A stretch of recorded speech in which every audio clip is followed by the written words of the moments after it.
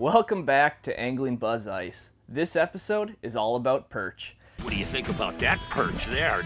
That's a Leech Lake special there, boy. This is going to be the success right here, catching more jumbos. You'd swear they're walleyes the way they bite. They're so aggressive, the big ones are.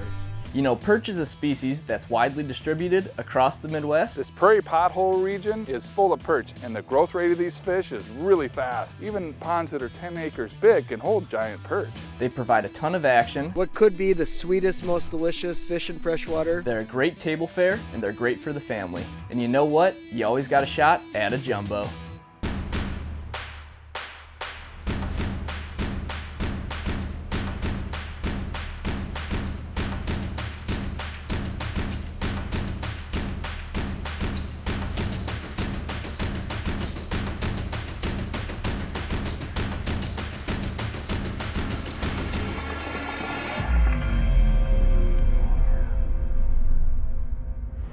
Actually sight fish visually looking down the hole. See, that's a whopper right there. Look at this. Look at that, sight fish and perch. Oh, there he is. Now that's cool. You can see how the fish is reacting, negatively reacting or positively reacting.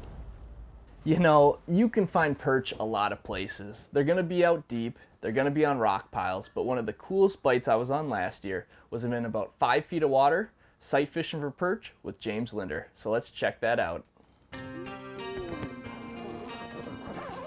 Come on in. Boy, I'm doing one of my absolute favorite activities when you're talking about ice fishing, and it's known as sight fishing.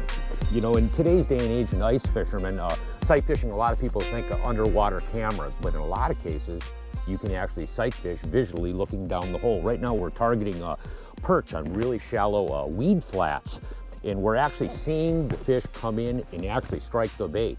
The cool thing about sight fishing, you can see how the fish is reacting to it. You know, if the fish is negatively reacting or positive reacting to the lure.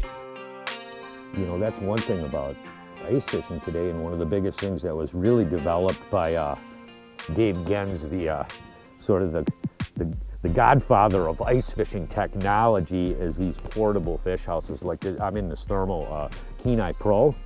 And this thing is so warm. I got a little buddy in here. It's actually quite cool out. It's actually with a wind chill. I'm sure it's below zero right now, but it's actually so comfortable. You see, I taken my jacket off, and then you actually, you know, put snow around the shroud around the base of it, and you don't have air blowing in. You know, in a short order, I'm looking down. The holes are clear. It's warming in here, so I can visually see right down the hole really easily. So it makes it really easy fishing.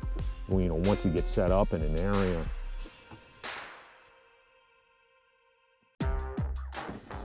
Oh yeah, look at that.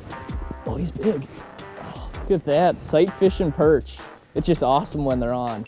And now you guys just were with Jim, and he's in a single man, but I'm a bigger guy and I'm in a double, and just, what's kind of nice about this house is I'm 6 foot, you know, I can stand up. I was looking down the hole earlier. You just got a ton of room. You know, if I wanted to, we could fish 2 sight holes in here. We could do a double sight hole. Even, you know, if I was fishing with another angler, just gives you a bunch of options, and just awesome catching these jumbos. What do you think about that perch there? That's a Leech Lake special there, boy. A couple of really important features of this Kenai Pro is the black interior. This is actually insulated, but that black enables you to really see visually. It really darkens down the whole house really quickly, and then you actually have light hatch hole, so I can light up or lock down and close it off really easily. The other thing that's like on here, it's got a seat that slides back and forth, so I got enough room so you get up, sort of relax for a little bit, then you can do the tighten up when you want to get on looking straight down the hole. So the seat slides back and forth. All right, well, I think I'll let this guy go. And they're thick here. Now, another nice thing about these houses is the swivel chair. So I'm able to pull it all the way forward, and I can really get staring straight down, look, and allows me to see my bait better, and I'm just way comfier fishing in this house. We got some perch moving here. Usually, even the weird thing is the way I've been seeing them, you'll see some small ones, and the big ones are swimming right with the small ones. These fish are literally sort of grazing around this flat. You know, so many people think of deep water when it's ice fishing. You think that fish dump off into the deep water basins. That isn't the case in a lot of lakes up in our area. We fish within, 5 to 8 feet of the surface all the time for almost every different species of the fish you'd imagine. Oh, there's a good one. Not a real whopper, but oh, there he is. Now that's cool. I mean, that boy there came racing in, and he's not a giant. We've actually been catching quite a few considerably larger than this one, but I tell you one thing, that, my friends, is going into the bucket. Now, one key when you're sight fishing is you really want to be quiet. I mean, we're only in about 4 feet here, and these fish get really spooky. So what I did is we punched our holes early, we set up, and now it's just kind of been a waiting game. And now gradually, as we've been quiet and it's kind of settled down, fish are starting to move in pretty consistently. Oh, there's a big one right there, great big one. Great big one right there. Ooh, look at that whole horse right there. Look at him. See, that's a whopper right there. Ooh. Whoa, whoa, whoa. Come here, buddy. Come on, look at this. Look at that. Now you're talking. Now that's what you call a Whopper perch. The interesting thing is this whole sight fishing thing, it really applies to a variety of different fishing situations, out on the ice, no question about it. Boy, is that a beautiful fish. Wow, that one's so big. Nope, she's in the bucket. Ooh, that's a big boy. So you can see I got a bigger hole here, and that's all because of the house I'm fishing in. So, you got a ton of room, and the advantage of that bigger hole is that, I'm just able to see fish from a further distance. And if I really wanted to, we could have taken an ice saw and we could have cut a big square out here, but I figured I'd just punch a little triangle with an 8-inch bit, and it's getting it done right now, so.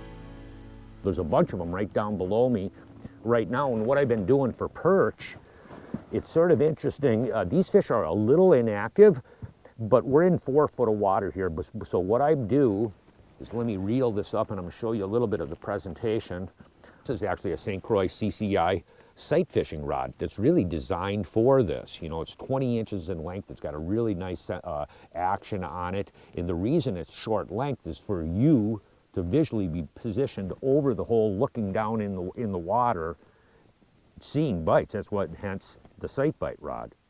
Balanced with a QG 750 Daiwa reel, and it's spooled with 3-pound test advanced fluorocarbon. The other bait that I've been fishing a lot, believe it or not, is a jigging wrap in really super shallow water. Now the reason why I'm using this is like a number 5 jigging wrap, but why I'm using this bigger bait, you're up in the shallow water. These fish when they're up in shallow water, they have the tendency to be moving around a real lot. So what I'm gonna try to do is a bunch of big attraction maneuvers with a higher aggressive bait to call the fish to me. And once I get them in, if they're not willing to bite on this, then sometimes I'll pull out just a little pug bug and then a waxy to ultimately convert those sort of tentative fish. But sight fishing is a fabulous, fabulous technique for ice fishing, no question about it. I love it. Come on. Oop. Come on. Come on. Come on, buddy. Oh. Ooh, there he is. Look at that one. That's a Leech Lake special there. Right now, Leech is at real prime time for a lot of these really big Whopper perch. Now, we couldn't talk about perch fishing without mentioning the Dakotas. There's a ton of great bodies of water in the Prairie Pothole region that grow them huge. So let's join Ty Sjodin and Jeff Simpson as they fish for jumbo perch in South Dakota. This Prairie Pothole region is full of perch, and when you have higher water years, that floods the vegetation and those things can really boom. And the growth rate of these fish is really fast, and you can get some real big perch, growing 14, 15 inches, but a lot of 12, 13 inches, boy, those are fish worth chasing. And there's ponds scattered out there. They call it the Prairie Pothole region, and ponds throughout the whole state, even ponds that are 10 acres big, can hold giant perch. You gotta figure what's in these ponds. There's just a ton of bugs, and what do perch eat? They're eating bugs, eating small minnows, and these things are full of them, so they grow super fast. Yeah. There's only one way to find out if they're biting, right? We're gonna go do it right now. Let's try it. There we go. Oh, look at there, guys. Nice. There, that's what we're talking about. Let's know that one, huh?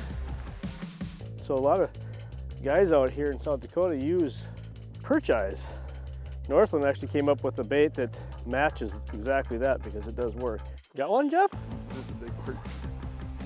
There you go. Nice perch. That's a nice perch wherever you're perch fishing, you know, 10, 11 incher. Good eating. And that fish, I would say, took 2 years to grow that big. Now, if you're over in Minnesota, that fish might take 7 years to get that big. So that is kind of the difference. These fish can grow 14 inches and you're talking that same distance, 6, 7 years. And those are big fish. You're talking, you know, two pounder is in that 14, 15 inch class, and a 12 incher is in that pound range. So boy, you get into a mess of those, you got some good eating. You know, these fish are fabulous table fare. Oh, there's another good one. Now, you talk about back in Minnesota, our home state where Jeff and I are from. I mean, most times you're going to eat that size perch out here. That's probably a throwback every single time, just because the size structure of these fish out here are just so much better. And like they were talking about before, they grow faster. But when you come out here and you see, like, we call it jumbos, like 11, 12 inches. Come out here and you catch 14, 15 inches. That's just another species of perch, if you ask me. If you want to do that, I'd suggest you get a hold of Chad Sheridan, because he hit it hard. has some really good spots to go. Yeah, you know, growing up in this area, we've always done some pond fishing, but just the management and the way people have taken care of their ponds and their land in the last 15 years. When I was a kid, you'd go and try to catch anything you could. You were lucky to catch a largemouth bass on a pond in the wintertime. You just didn't do a lot of it. And if you did catch perch, usually they were stunted out and you'd catch them little tiny ones like the smallest ones we're catching today. But anymore, people just have a better sense of the management of these things. They harvest a few each day. We talk about get enough just for a meal. We don't over harvest them. I mean, like this place where we're at today, they let a ton of families come and a bunch of kids, and you're teaching them right away. It ain't about filling a bucket full of fish. It's about keeping some good eaters, having a good time, and managing the resource. The beautiful thing about perch is these things are all spawning. So next year we'll have a whole nother batch to sort through and keep some big ones out of. You know, some of the baits, we're going through a lot of fish. There's some small fish obviously mixed in here. And, you know, what a lot of people think about when we're talking about perch fishing are just small little jigs. I mean, this is a fairly small eyeball jig from Northland, but you know, when you start going through a lot of fish and you're really targeting bigger fish, I actually start to upsize to bigger spoons, even small jig and wraps, and you can really get around some of those smaller fish and really target the bigger ones. So just think about that when you're trying to target, you know, there's big fish in the system like that, and you're going through a lot of fish. Another one. Oh, that's so fun. Perch. Cool. I'm using that, the little tiny rip and wrap, which is cool. I'm using that bait to try to stage off the smaller ones and catch the bigger ones, selecting for the bigger fish. You know, out here, I grew up in South Dakota. I grew up on the eastern part of the state, and it's called the Prairie Pothole region. And over the last 20 years, maybe even longer, that the water has come up, and bodies of water connected to other bodies of water. And they're all over the place. You know, you can look at Google Earth and the opportunities to target and go out and search for these fish. That's the whole thing. Once you find them, catching them, you know, it's just, that's what you're doing. You're having fun catching these perch, but finding them is the real challenge. And do your research, and you can get on these they absolutely are world-class perch. Anytime you get up in that 13-inch range, you know, you're talking really 2-pound perch plus 2.5-pound perch. That is something to behold. It's a trophy fish anywhere you go. So a pretty cool opportunity, you know, waiting for you here on the prairie.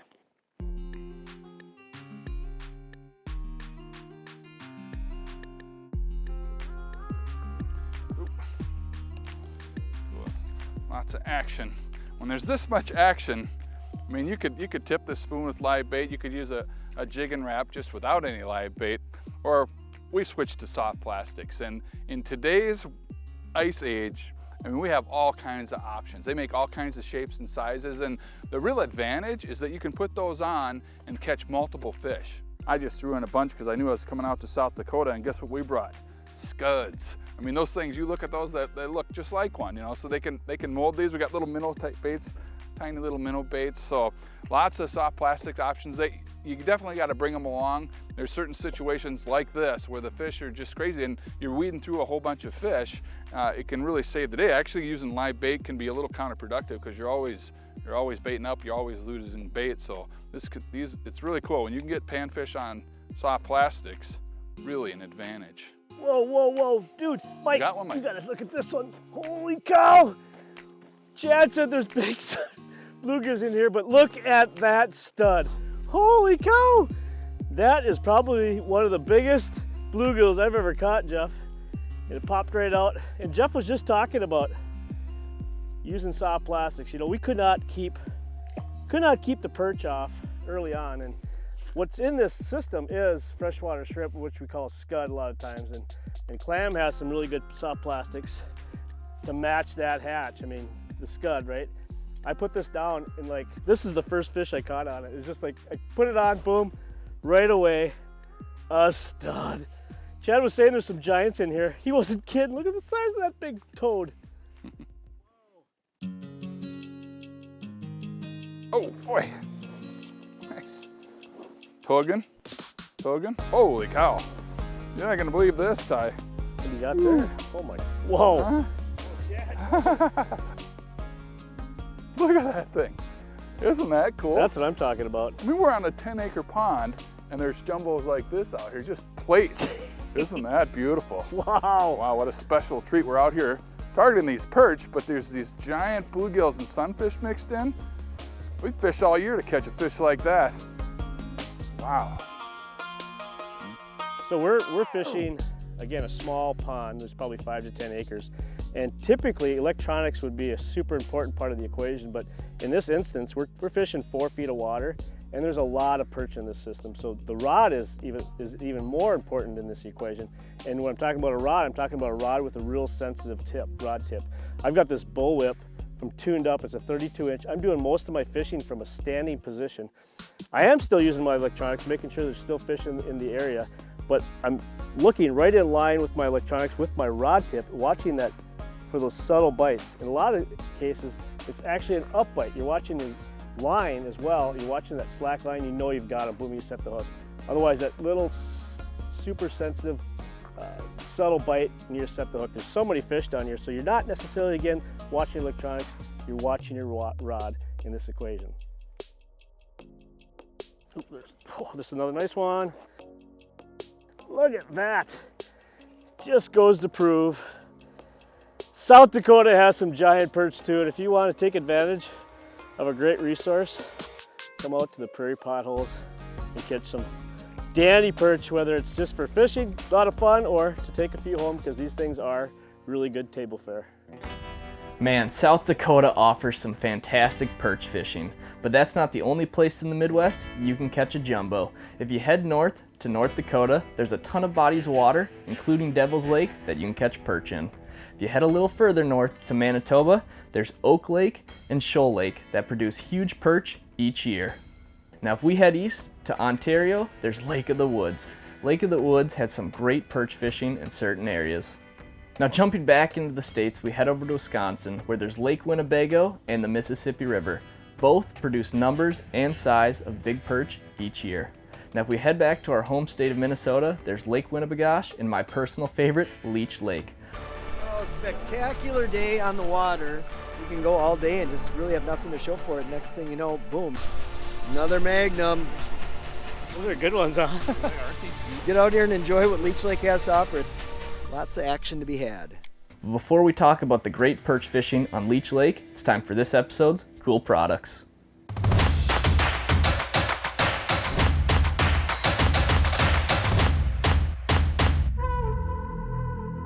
To start off, we've got a new base layer from Blackfish, and they come in a top and bottom. Now this base layer has moisture wicking technology. It also has a 4-way stretch, so it's not restrictive. You have a ton of movement in it.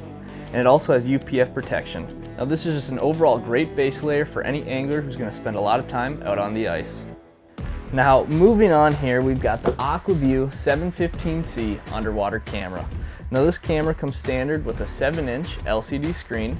It's got 50 feet of cable, It can be paired with a variety of different accessories to enhance your underwater viewing experience. And this just is an overall great all seasons camera.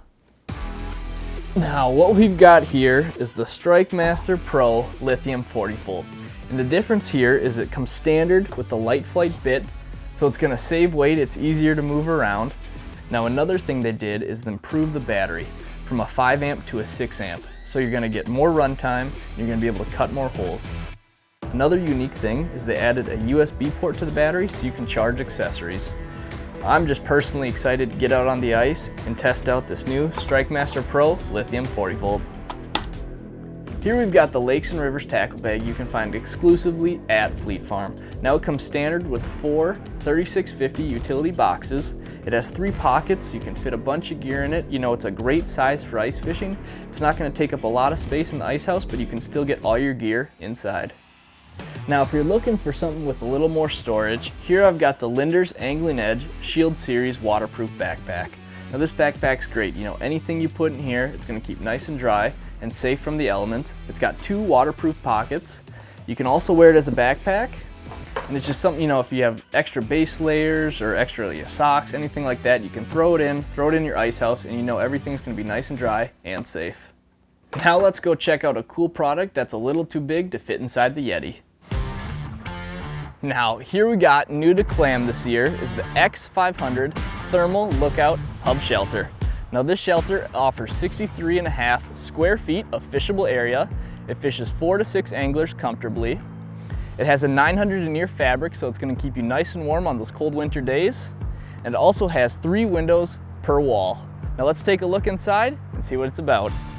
Now as you can see, we have a ton of space in here. You know, the Clam X500 Thermal Lookout has 30% more interior space than the competitors. It also has overhead storage and smaller storage compartments along each wall. Now like I said before, it has 3 windows per wall, so you have a 360-degree view outside your hub house. It's also compatible with some different accessories. You know, it comes standard with a Velcro strip, so you can add a floor. One accessory we actually added is a light here because we like to do a lot of night fishing. If you're an ice angler looking for a great mid-sized hub house, this is the one for you. Now let's head back to the Yeti and wrap up cool products. Here we've got one of the many accessories from Catch Cover, and that's the handle trap. And this is something that just makes life in your ice house a little bit easier. You know, it prevents you from tripping over the handle or stubbing your toe inside the handle, and also makes sweeping and cleaning up a lot easier. Up next is the Hummingbird Chart Select High Definition Digital Map. And what they offer is a really high definition of a specific lake. Choose from over 1,800 different lake maps, each with full Hummingbird compatibility for all exclusive Lakemaster features, including depth highlight, shallow water highlight, and water level offset. Now these maps can be downloaded using the Hummingbird Fish Smart app, or can be downloaded to an SD card that you can plug into your Hummingbird Fish Finder. Moving on to baits, we're going to start with the Clam Ribbon Leech Flutter Spoon. Now this spoon was designed to have a really slow fall rate, so it's great for attracting those fish from a distance. It can be fished paired with live bait or fished as is, and it gives off a ton of flash and it just catches a lot of fish. Now moving on to Northland, we've got a bunch of classic baits with some new colors. Starting with the Macho Minnow, the Buckshot Spoon, the Forage Minnow Jig, Forage Minnow Jigging Spoon, Rippin' Shad, and the Puppet Minnow. Now they added a bunch of UV and glow colors that are great for attracting and catching fish. Now moving on to reels, here I've got the Daiwa Rebros LT 1000. Now this 1000 size is great for, for perch, panfish, crappie, stuff like that. It's great for ice fishing. It's got a super smooth drag system even in the cold, and for the price, you're not going to find a better reel out there. When it comes to ice line, especially for perch, I love the Suffix Advance Ice Monofilament in the 4-pound test. Now this 4-pound test is super tough. I've caught big pike on it. It fishes kind of like an 8-pound, but it has the sensitivity, low stretch, and low memory of a 4-pound. So it's great for those perch, small spoons, small jigs. Overall, this is just a great ice line. Moving on to rods, here I've got Tune Up Customs Rods Fusion. Now this is a 32-inch light rod with a moderate fast action. Now it has a sensitive tip and loads up to some really nice backbone, so it's great for fighting those fish. It's got the recoil guides, and it's just a great rod for, for like light spoons, lighter jigs. It's great for perch and other panfish. Now here I've got St. Croix's Custom Ice Perch Seeker. Now this is a 32-inch rod. It's a medium light power with an extra fast action. This rod's great for, light spoons. That's what I've got paired up here now. But also like heavier jigs, heavier perch, crappie jigs, stuff like that. It's got the recoil guides. It's got the highlighted tip for detecting those light bites. And it's just a great panfish rod, but it can also handle, the occasional bass or pike that you happen to tangle into when panfishing.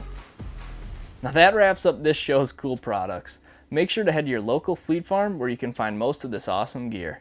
Now, let's get back on the perch theme and head to Leech Lake where perch are big and abundant.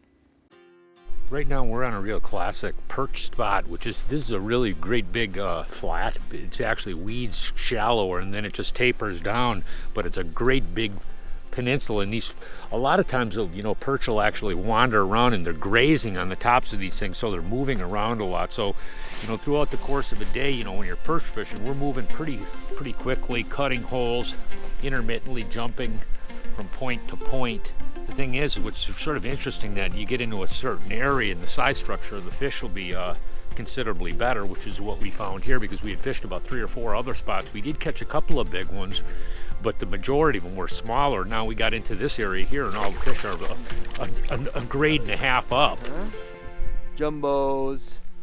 And one thing I'll say about perch fishing up here too is that I like fishing with a bigger bait, walleye size bait. So I don't generally downsize for perch. I just use the same stuff that I'd be using if I was walleye fishing, because there are walleye mixed in, and those bigger baits do select for the bigger perch, in my opinion. So for me, number 3 or number 5 jig and wrap, that's all you need for me. But yours might be a buckshot rattlespoon or some type of a plastic, whatever it happens to be. But go with your confidence walleye bait, and I'll just promise you go out here chasing these perch, and whatever your favorite walleye bait is will work good for perch too. You can definitely tell when they're bigger because the drag starts ripping out.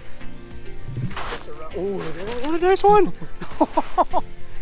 I tell you what, it is unbelievable. Jared was talking about there's so many different styles of baits that you can use for these things, and people think that you have to use a small bait for a perch. Look at the size of that mouth. And that perch devoured that tingler spoon. No question about it. They are hungry. There's really not a lot of places you can go catch jumbo perch anymore. It just seems like in a lot of lakes in Minnesota, they're really doing due diligence. The DNR is doing a good job on our panfish, our perch, and really starting to regulate the limits. And it's really this is gonna be the success right here, catching more jumbos just like this. Yeah, I mean it's amazing. You can't get frustrated when you're doing this.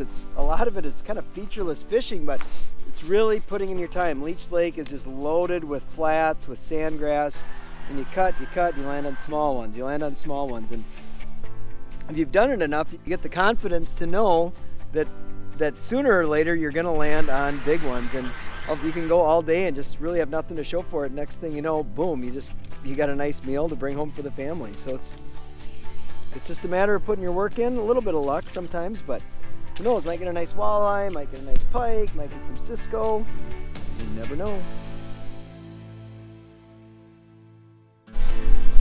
For perch fishing like this, it's a lot about efficiency, and efficiency in a number of different ways. Number one is to process fish. You actually have to go through quite a few fish until you wind up like we have here on bigger fish. And one of the real classic baits is the Vmc Rattlespoon. This is like 1/4 of an ounce. I actually have a minnow head on this one, and this one here I use for really aggressive fish. I drop it down. It's a little bit larger profile bait. You bang it off the bottom, stirs up the bottom, then you lift it up 3-4 feet off the bottom, and a lot of times the fish will come in from 5-6 feet away, are attracted to the bait. If the fish are real active, that's a great bait for them. On the secondary, I have another bait here, which is one of my absolute favorites. This is actually an older style of bait, and this is called a rocker spoon. And what it does, it's got a small bead chain and a single hook. And the nice thing I like about the single hook is you can process a lot of fish. With the treble hook bait, you have to really manhandle them to get the fish off. Where the single hook, you can actually process fish a lot easier. The other thing that's sort of nice about this, like if the fish you're getting denied with that bigger bait after you've caught a number of them, they come up and they're dropping away from it. A lot of times what I'll drop this down there, you still have the attractive maneuver of the spoon, and then you have that actual docile hook, and you can see it just has a little glow bead on there, and then just a wax worm. And you could sit there, and when they say rocking it, and it's down there rocking, waving like this, and you still have the attracting power of the spoon, but the subtlety of a light jig on the end of it. When it comes to fishing with your Helix, there's a screen that I really like, and that is the full flasher on the one side and then the zoom 2D sonar on the other. And the reason I like that is I'm accustomed to seeing the flasher. That's what I grew up fishing, and it gives me a representation of the full water column, so I can see if by chance a fish came through really high in the water. And then with the zoom, I can focus in specifically to where the fish are. Now, if the fish were crappies suspended in 40 feet of water, 10 feet off the bottom, I can zoom in directly into that zone. And perch in this case, they're within 3 feet of the bottom, so I can zoom in there. So when I'm fishing shallower, I'll generally use a 2 or a 4 zoom. When I'm fishing deeper, I'll often go to the 6 zoom. That system to me seems to be the best screen setup for ice fishing. Look at that. Pretty much 5 minutes I've got my meal of perch. So hey, get out here and enjoy what Leech Lake has to offer. It's not just a late spring deal. You get a nice day in January like it is now, come on out here and enjoy it. It's awesome. Oh, another beauty. Another Magnum. Look at that. It's just amazingly cool. Beautiful fish.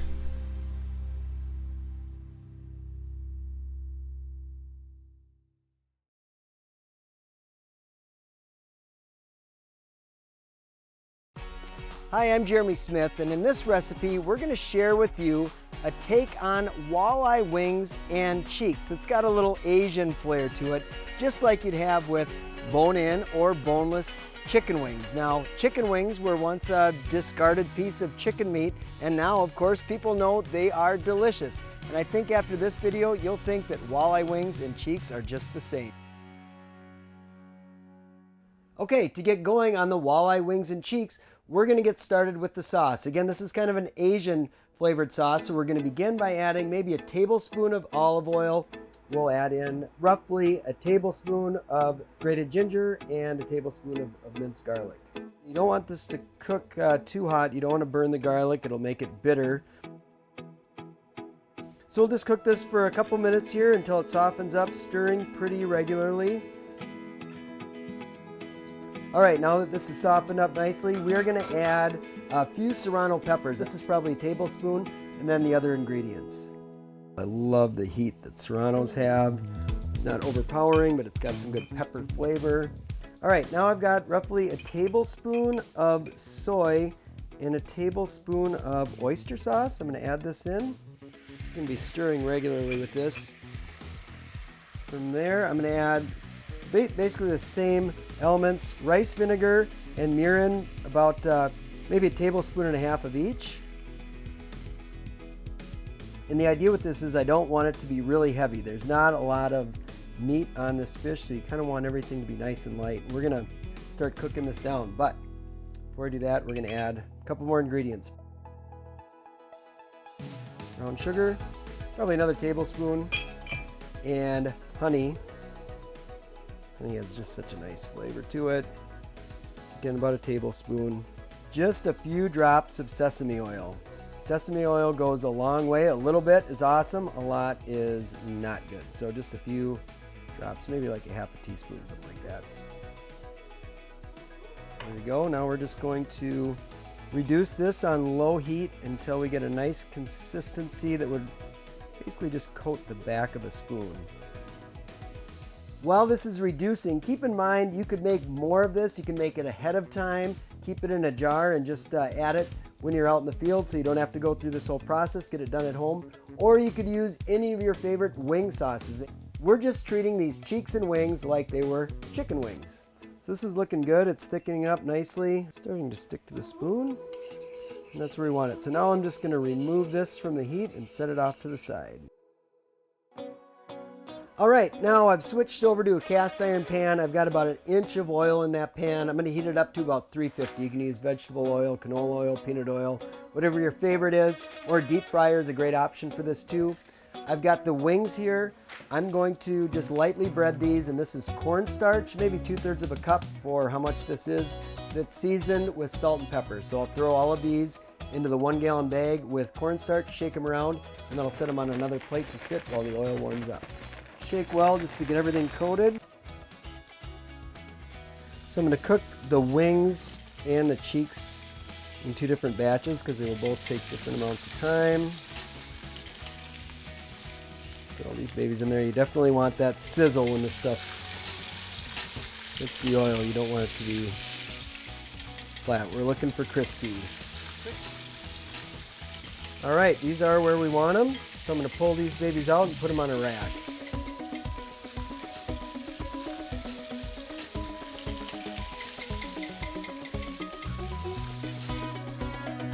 All right, now for the cheeks.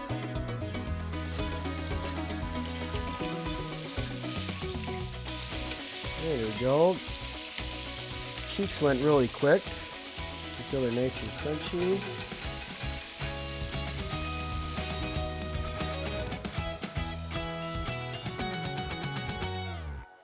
All right, now that we've got the fish fried, we're gonna come back to the sauce. I'm just gonna warm this up a little bit, and we're gonna put the fish in with the sauce. We're gonna toss it around a little bit and plate.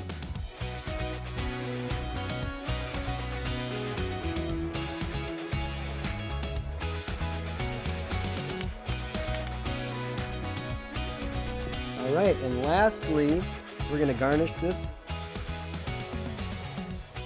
There we go.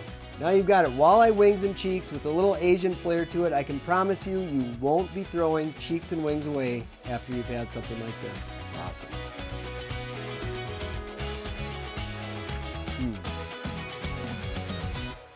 That wraps up this show. Thanks for watching. For more information, you can head to our website where you can sign up for our newsletter. We'll also be releasing new content each week on our social platforms. Thanks again, and until next time, we'll see you on the ice.